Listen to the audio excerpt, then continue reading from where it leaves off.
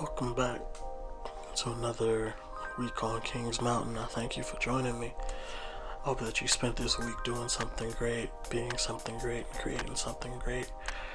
And you're feeling good heading into the next week to get ready to do it all over again. This week for me was largely reflective. This week I realized that I've officially been home for over 6 months.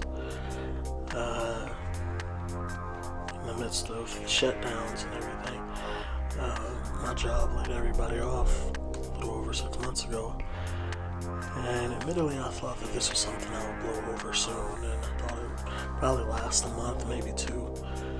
Here I am 6 months later, still waiting for things to get back to normal, or waiting to see what the new normal will look like.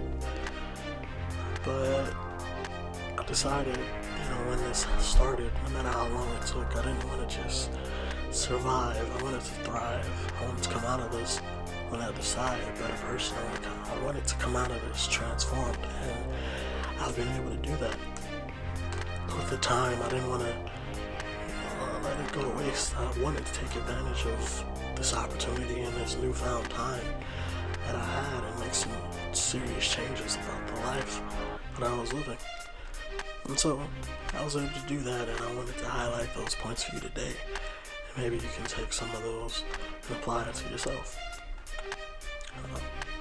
This is something that I did earlier on my website, creategreat.com, which houses most of my writing and some more entertainment things and a couple of opinion pieces. But you can check that out on your own time too. But let's get into this list. The first thing that I did, first thing I want to ensure is that you relax. You can't control any parts of anything that's going on. You can't control when it stops. You can't control where it goes, how strong it is. Just take a breath, relax, and keep yourself safe. Second thing, you can control what you ingest. Watching the news all day, every day will do nothing but freak you out about things that you can't do anything about regardless. So sometimes make time to turn off the book, and turn off the TV and read a book. Listen to a book if that's what it comes down to. Hop on one of those meditation apps and ingest something other than the bad news that you'll find watching your local news. The next thing that I have to do is create a routine. I know we've all heard the statement or the saying that those who fail to plan to fail. You need to go into every day with a plan and a reason for the things that you end up doing. And repeat it so much so that it becomes second nature. You can allow your your downtime to be purposeful. Because if it's not, then that'll be your downfall. Ingest information towards a skill in your downtime, or a goal that you're reaching, or a dream that you should have been chasing before. Tying into that, the next thing you should do is learn a skill. Especially when you have a lot more free time than you could ever ask for. I found myself with more free time than I could ever imagine. Why not spend that time learning to do something that will benefit you or entertain you, even after things have gotten back to whatever this new normal is. For me, that was YouTube. Having a chance to sit down and talk to people and sit down and make significant conversation. Something that I had never imagined before being set on. Something I didn't imagine before the shutdown. There are so many how-to videos that you can find on YouTube, and so many apps like Skillshare. They have courses and videos that'll show you literally anything you want to learn. Fill your time getting better at something while the rest of the world is trying to get better and heal at the same time. The next thing that I had to do was develop discipline. You've got your routine, you're learning your skill, but without discipline, it won't come together. Take the time to make some changes. For me, that meant setting a blackout time. That was a time when my phone, any electronics would go off. And I just take the time to unwind, relax, and decompress, and really end the day and get ready for the next one. Work out any kinks in your mind to clear any clutter and end the night relaxed. Go to bed on a high note. Start off every day on a high note. So with that, you gotta be prepared to disengage when you need to.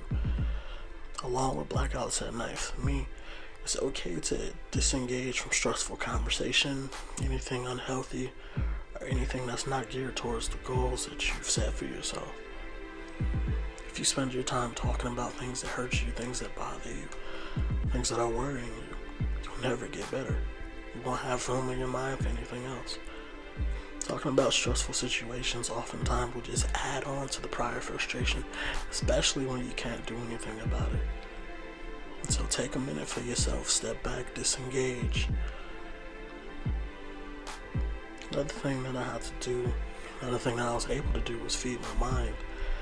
Idle time can lead to an idle mind. Idle means stationary. No advancement, no improvement. You're just stuck, complacent, stuck. Not going anywhere, not getting any better. Idle cars can die right where they sit. Read something, engage in stimulating conversations. Watch videos on something that you're interested in and don't know anything or don't know as much about that you want to. Seek out activities that'll make you think. Find things that'll feed your mind. The next thing that I was luckily able to do still was get out of the house. For some of us over the last couple of months, that's meant spending every day at home. For me, that's meant every day has been spent here.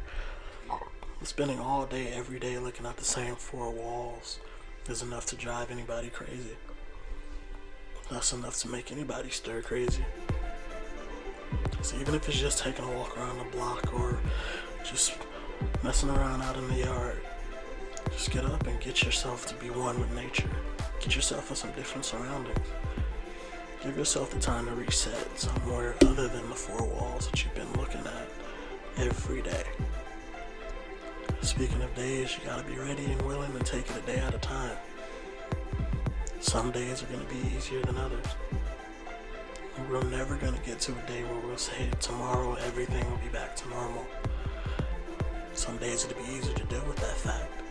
Some days it'll be easier to deal with the fact that you have to restart. Some days it'll be easier to deal with the fact that things will probably never be the same. Some days that'll excite you. Some days that'll prepare you. Some days that'll be your motivating factor. But some days that'll hold you back.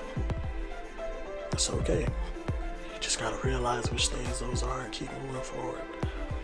Some days you'll get sick of waiting and be frustrated. But just know that there is an end game, there is an end goal.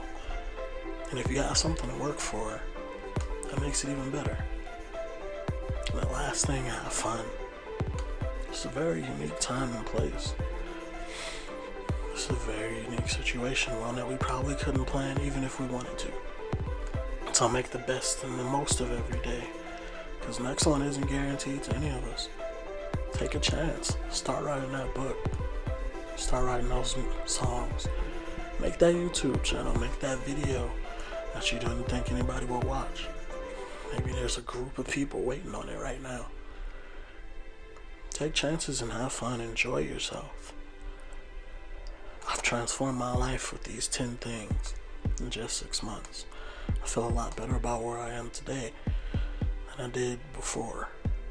I feel a lot better about the man that I've become just by putting these things into place. I'm excited to see the person that you become. I'm excited to see the things that you do. I'm excited to see the greatness that comes from you.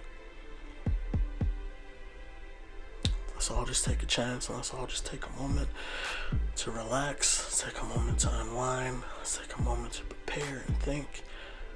And let's just make sure that we're having fun. It's not over for us.